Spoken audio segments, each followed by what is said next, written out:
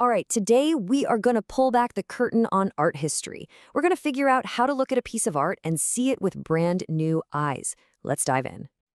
You know that feeling, right? You're standing in front of some painting that's hundreds of years old and you feel, well, a little lost. You know it's supposed to be a masterpiece, but you're not totally sure what you're supposed to be seeing or, feeling.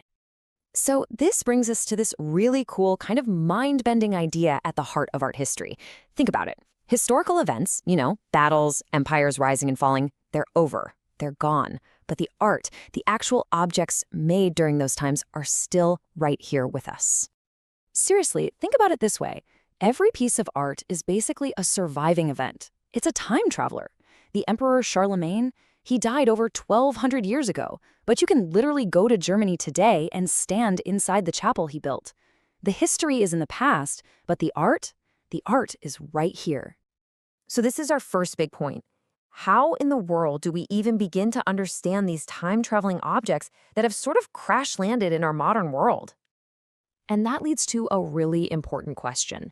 If a statue is sitting in a museum in the 21st century, does that mean it's been totally disconnected from the world that made it? Well, the answer is no, not at all. Actually, it's the exact opposite.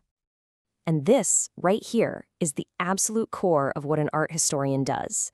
The artwork is talking to us, for sure, but it's speaking the language of its own time. It's using the culture, the beliefs, the ideas from when it was made.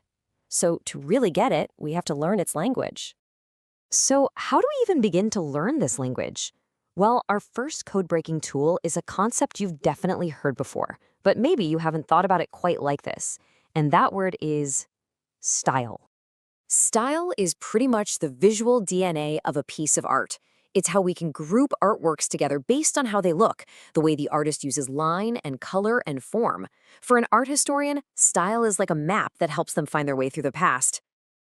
And this fingerprint of a style really boils down to three key things.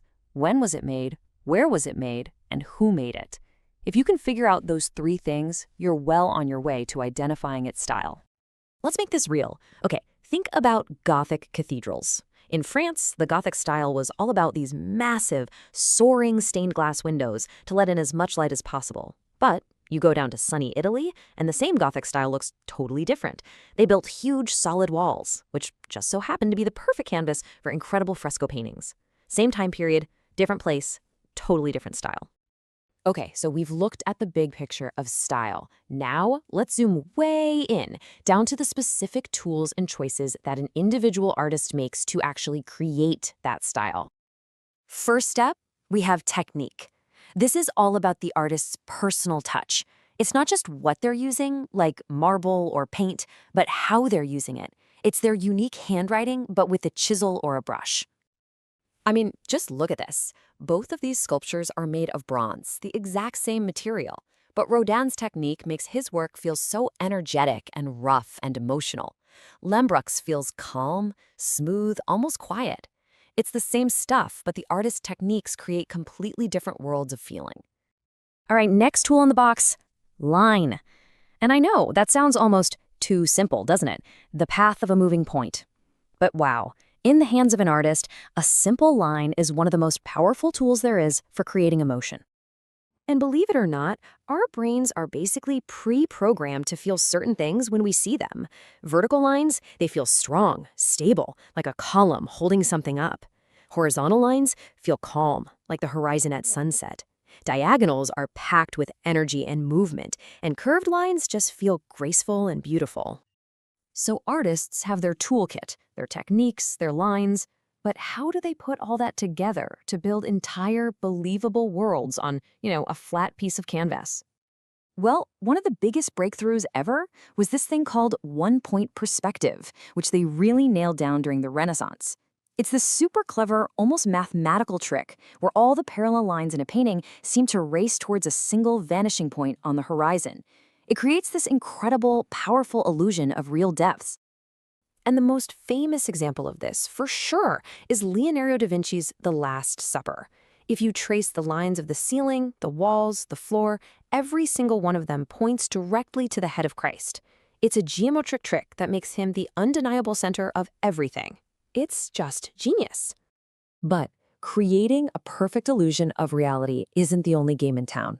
And this brings up a question I'm sure you've wondered about when you look at really old art. Like, did ancient Egyptians actually think people walked around with their heads turned sideways, but their eye facing forward?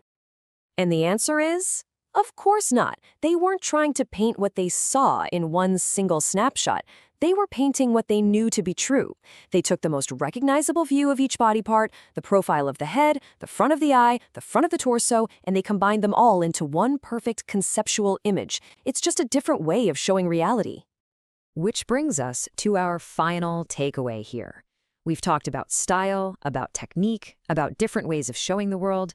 You now have the basic toolkit to look at pretty much any piece of art from history. Because that's the real secret, the thing I really want you to walk away with. Seeing like a historian isn't about memorizing a bunch of dates and names. It's about learning to ask the right questions. What was the style? What techniques is the artist using? What kind of reality were they trying to show me?